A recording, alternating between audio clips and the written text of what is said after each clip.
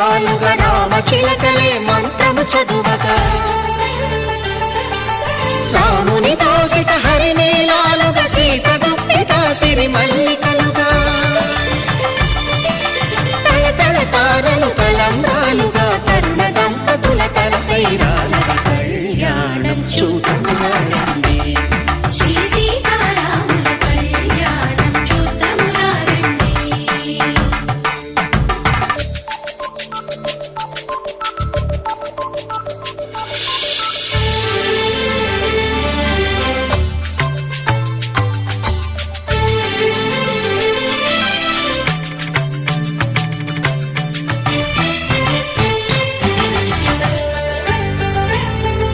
శ్రీహరి విరిచిన శివధనుస్సులో కళకళలన్నీ గట్టి మేళముగా